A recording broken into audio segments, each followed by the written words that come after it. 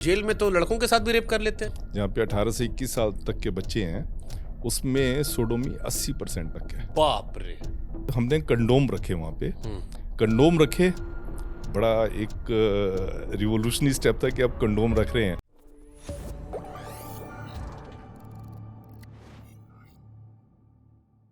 मैंने देखी थी वेब सीरीज, विक्रांत मासी शायद उसमें कलाकार थे। हम्म।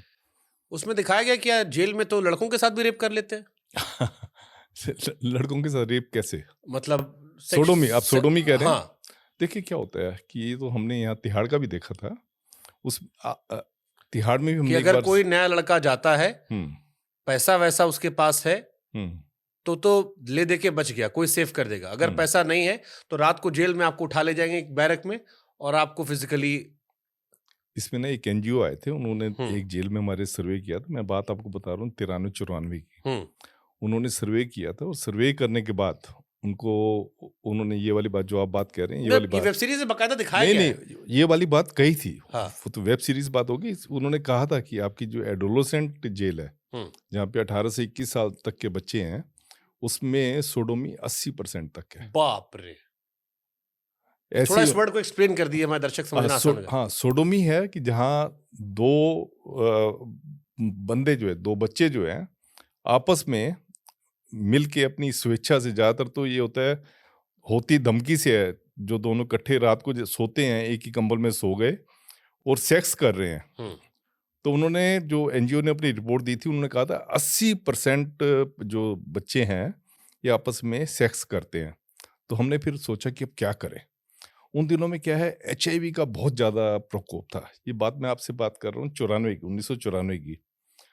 तो हमने कहा क्या करना चाहिए। हमने फिर एक आइडिया आया कि हमें कंडोम जो है रख देने चाहिए।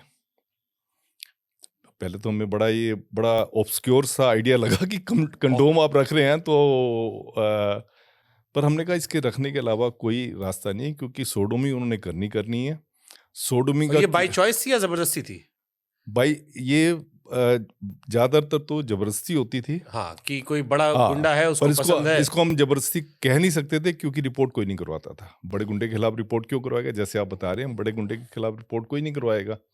तो हम कहते भी थे उसको कि आप रिपोर्ट करवाओ। अगर हमें पता लगता भी था, हम अगर केस कर भी देते थे कि सोडोमी इसके साथ हुई है, पर वो बच्चा जो है जाके मुकर जाता था। मतलब ये सच है कि जेल में ऐसे भी अपराधी होते हैं जिन्हें लड़कों का शौक होता है। हाँ, ये तो देखें, इसके ऊपर जो सोडोमी की और बात, उनके साथ जबरदस्ती वो करते हैं, सोडोमी अनलेस एंड अनटिल वो पैसे वाले हो या उनका कोई माई बाप हो जो जेल में बचा ले उनको। सोडोमी की बात अगर आप सुप्रीम कोर्ट का केस पढ़ेंगे, एक Sanjay Suri versus Delhi administration case है, उसमें एक डिस्ट्रिक्ट जज की रिपोर्ट है जिसमें उसने कहा था कि जो छोटे बच्चे हैं उनको जो है हैबिचुअल प्रिजनर्स के पास भेजा जाता था सेक्स डिजायर के लिए।